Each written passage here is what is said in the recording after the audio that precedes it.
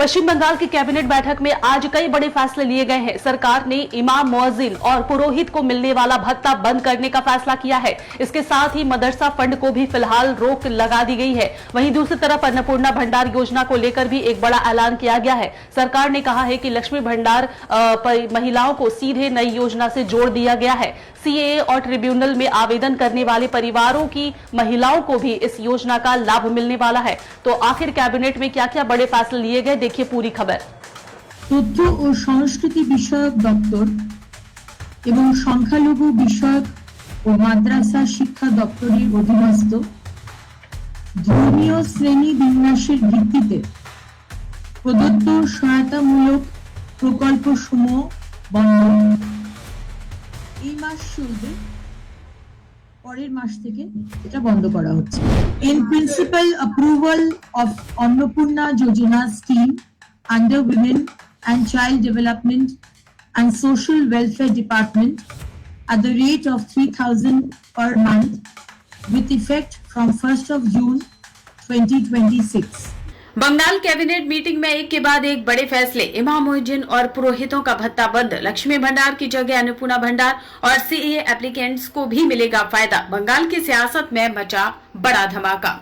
पश्चिम बंगाल की राजनीति में आज बड़ा दिन माना जा रहा है। राज्य सचिवालय नवान्न में हुई कैबिनेट बैठक के बाद सरकार ने कई बड़े और अहम फैसलों का ऐलान किया है। इन फैसलों के बाद पूरे राज्य में राजनीतिक चर्चा तेज हो गई है। सबसे बड़ा फैसला धार्मिक भत्तों को लेकर लिया गया है।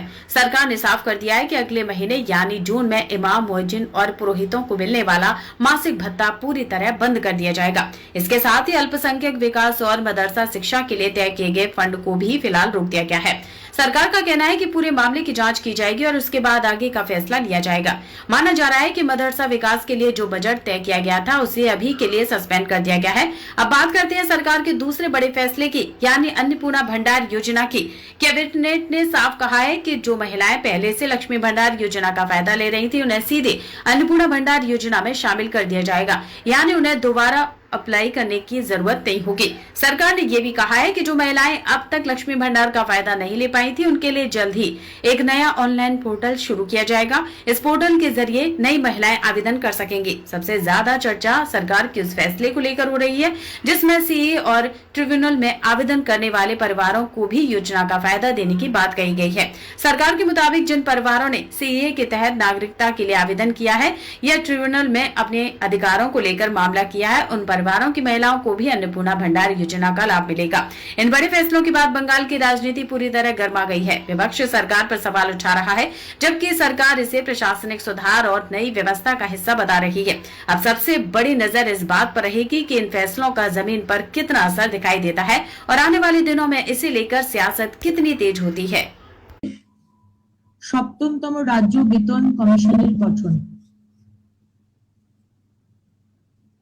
नेक्स्ट, तथ्य और संस्कृति विषयक दफ्तर एवं संख्यालघु विषयक ও মাদ্রাসা শিক্ষা দপ্তরের অধীনস্থ ধর্মীয় শ্রেণী বিন্যাসের ভিত্তিতে প্রদত্ত সহায়তামূলক প্রকল্পসমূহ বন্ধ এই মাস চলবে, পরের মাস থেকে এটা বন্ধ করা হচ্ছে। 2011 WPO 60 এবং সংযুক্ত মামলা সমূহে মাননীয় কলকাতা হাইকোর্টের ডিভিশন বেঞ্চে 22/5/2024 তারিখের রায়ের প্রেক্ষিতে পশ্চিমবঙ্গ সরকারের অধীনস্থ চাকরি ও সরকারি পদে অন্যান্য অনগ্রসর শ্রেণীর জন্য সংরক্ষণের শতকরা হার রাজ্য তালিকাভুক্ত অন্যান্য অনগ্রসর শ্রেণীর তালিকা পুনর্বিবেচনা এবং উপশ্রেণী বিভাগ বাতিলকরণ, মানে নতুন করে এনকোয়ারি হবে এবং হাইকোর্টের নির্দেশ অনুযায়ী যে সমস্ত গোষ্ঠীকে ইনক্লুড করার কথা বলা হয়েছে রাজ্য সরকার সেই বিষয়ে সিদ্ধান্ত নেবেন।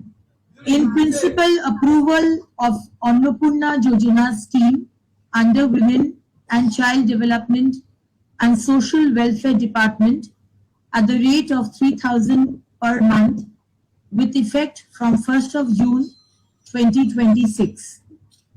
In principle, approval of the scheme for free transportation for women of the state of West Bengal in all state-run buses of West Bengal with effect from 1st of June 2026.